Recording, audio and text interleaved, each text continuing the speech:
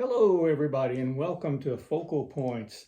I'm Ralph Barker, it's Laura McCullough, and we're here to maybe make you think. We're going to talk about We have to think first. well, we try. We think too much. He always asks me if I'm ready at the beginning, and I'm like, no, I'm not ready. Do we look ready? Probably not. But then we're coming into the Halloween era. And we celebrate it, some practice it, some don't know why they're doing it. But Lots and lots and lots of churches have your trunk or treats and your trick or treats in the neighborhood. And it's a touchy subject in Christianity because the real question is, should Christians celebrate Halloween?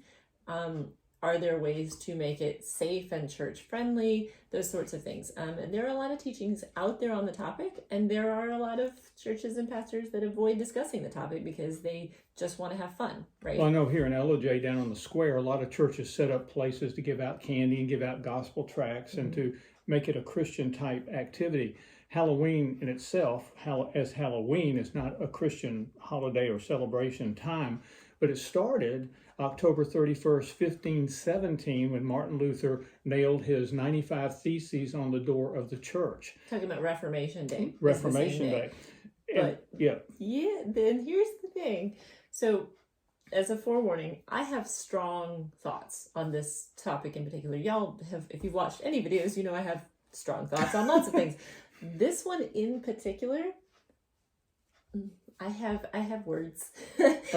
About what? About Reformation Day? About the entire idea. So Reformation Day, what people don't understand is the reason for the day that Martin Luther chose to nail that to the door is because he knew people would be in the churches, the Catholic churches, because they would be observing All Hallows Eve the day before All Saints Day. Right. Halloween comes from Hallows Eve, the day before All Saints Day.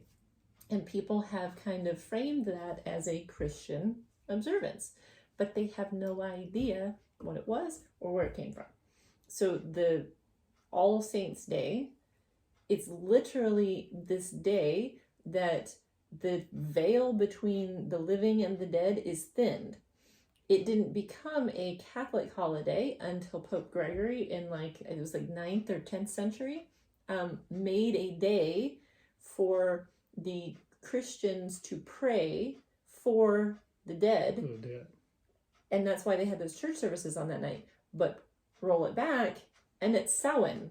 Samhain. It's the highest festival of the Druidic Celtic Gaelic year. It is the Day of the Dead. It is the day of harvest passing into winter, the equinox, those types of things. And it's this day that the veil between our reality and the realm of the dead is thin, and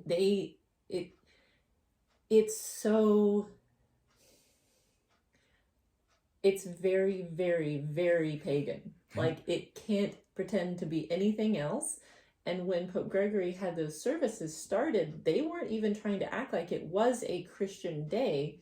They were just taking the opportunity, because everyone who was converting to Christianity in the Roman lands and the Gaelic lands, the Druidic people, believed and were holding communion with the dead that night anyway. They were having bonfires and peace with the dead and going house to house and mumming, which is the going house to house in costumes. And well, it's funny, all of that really comes, as far as I know, in the scripture. There's no place but one place where Paul says, it's really more of a phrase than a sentence, where he's talking about somebody praying for the dead. And they got all this, as far as I know, from that. Because there's no teaching on praying for the dead. As far as we know, there's nothing we can do for the dead. So that is a big decision by that Pope to take one little obscure thing and turn it into a doctrine almost. Right. Well, and the reason I have such strong thoughts, some of you know my testimony, some do not. I was not raised in church. I was raised agnostic. I became pagan. Again, and I've shared this before, I don't mean I wasn't a Christian. I mean I was a practicing shamanic pagan who celebrated Samhain. My husband and I celebrated our wedding on Samhain. We had a Wiccan priestess cast a cane and do our first wedding.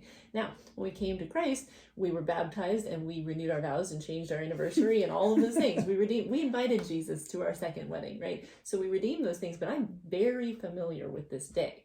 I'm very familiar with the observances and practices of this day. And the idea that having done that witches' balls, y'all, like the people that aren't Christians that are trick-or-treating, that aren't just doing it as a secular deal, let's dress up and eat candy, like the witches' balls are held on this night. I mean, it's taken very seriously. Well, do you think there's anything, is it sinful for a Christian to let their kids put on a costume and go out and ring doorbells and get candy? Well, why not do it on Purim? That's a biblical holiday. We dress up in costumes and have a huge party and have fun and candy and treats and all the things. And what's the name of this? Purim. Purim. Never heard of it. When is it? Exactly. When is it? February. Around February. Okay, we're changing it. From now on, it's Purim. We're going to do Purim celebrations. And when you see us out in costumes, you'll say, what in the heck are they doing? That's right. We're celebrating Purim. So you asked the question, is it a sin?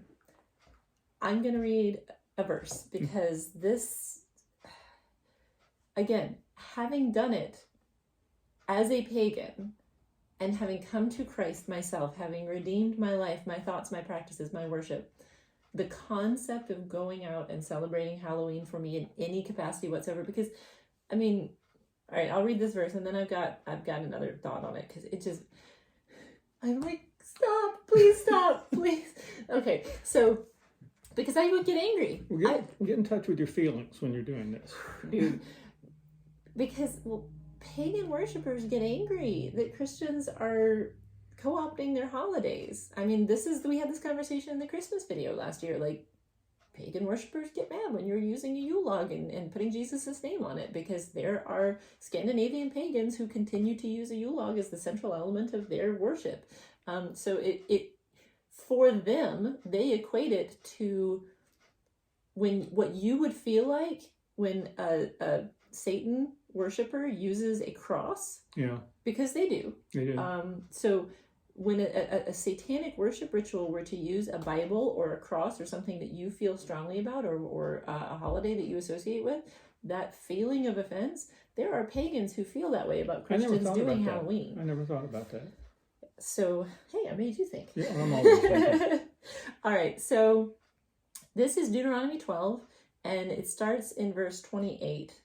It says, observe and hear all these words which I command you, that it may go well with you and your children after you forever, that you would do what is good and right in the eyes of the Lord your God.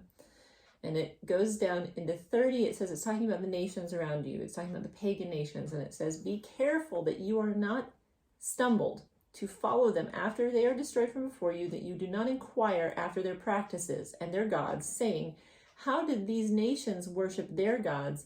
I will do the same. You shall never do so to the Lord your God, for every abominable thing to the Lord which he hates they have done to their gods. So, is any Christian saying they are doing Halloween for Yahweh? Probably not. No. But when you take it and you put it in the church parking lot and you label it fun, what are you doing? Are you because really and truly, name one imagery traditionally associated with Halloween Skeletons. that is biblical. Oh, biblical, not skeletons. There's witches, but it says stoned witches. So, but really, what is something that is not associated with death? Have you ever wondered why all of the imagery with Halloween is death?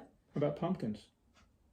But they cut the middle out of them and put faces on them. They're not just putting pumpkins on their porches, right? Like there's even that Jack of the Lantern. There's a whole. It's not a Jack of the Lantern. It's a Jack of the Lantern. Be careful if you Google it, because it's really icky. It's bad. Okay, so skeletons, witches, ghouls, demons. All of this imagery is because various cultures use different practices to try to protect themselves from the dead that could cross the veil. They literally believe that they could come and sit in their living rooms. They would have their kids dress up in costumes and dance and parade around to distract the dead so they didn't kill the people. I mean, there's all kinds of stuff, and even the treats and the candies, and it's all designed around this idea that you can commune with the dead on that day. Some cultures taught that you had to distract or reward or give treats to the dead that were coming to your door, because if not, they would jump into your body and possess you and take your body over, because they were roaming the earth on that day because they had accidentally crossed the veil. I mean, there's worse things. Well, question, what if anything should churches encourage their people to do on Halloween, to do something that is purely Christian in their parking lot or wherever they go, or ignore it? Or what would be the approach? And that's really up to individual congregations, because for us, sure. we're doing a service day.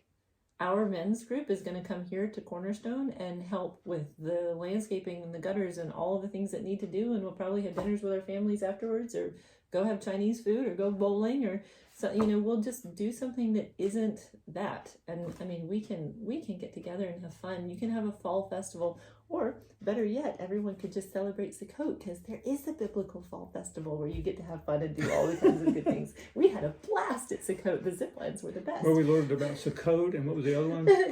Purim. Purim and Sukkot. I hadn't heard of either of those, so I'm learning this stuff too. So we're going to change it. It's things that are in here that aren't taking, and it's not just, if that's not something that you are comfortable with or understand, there's a lot of places you can find out answers. For us, if Jesus did it, we'll do it. If he said it, we'll say it.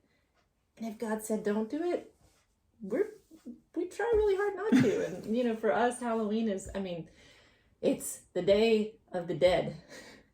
And we are offered a resurrection and a living king. He says, let the dead bury the dead, to his disciples. He was very clear. Yeah, so he was. I told you I had thoughts. Well, we're just right about 12 minutes here, about done for this video. But what are you doing for Halloween, Ralph? I don't even know. I hadn't even thought about it. I've been struggling with other things in my life for a few months. I had a couple of surgeries, and I'm just trying to recover from Ralph it. got old on me, y'all. I know. I'm falling apart. But They haven't taken his heart or his brain yet, so if he turns into the Scarecrow or the Tin Man, we'll let you know. If I only had a brain, whatever. Well, thanks for listening. Please email us. Focal Points Channel at gmail.com. FocalPointsChannel@email.com. Let us know if you have suggestions or have comments about this video. The next video you'll want to stand by for, which is coming out probably in about a week or so after this one, is going to be, Is God Fair? Mm-hmm. Now, that's going to be an interesting topic. It may go for a while. We don't know where that's going to go. One quick thing before we leave.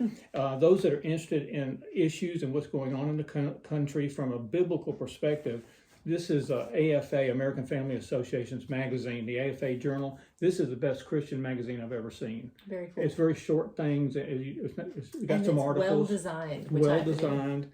Just on and on and on. I got my priorities straight. Yeah. So please, it's free. And you can contact them, afa.net, and give them $10 or something, and they'll give you a year subscription, and it's worth every dime of it. So I hope you'll do that. Till next time, God bless you, and thanks for looking in with us.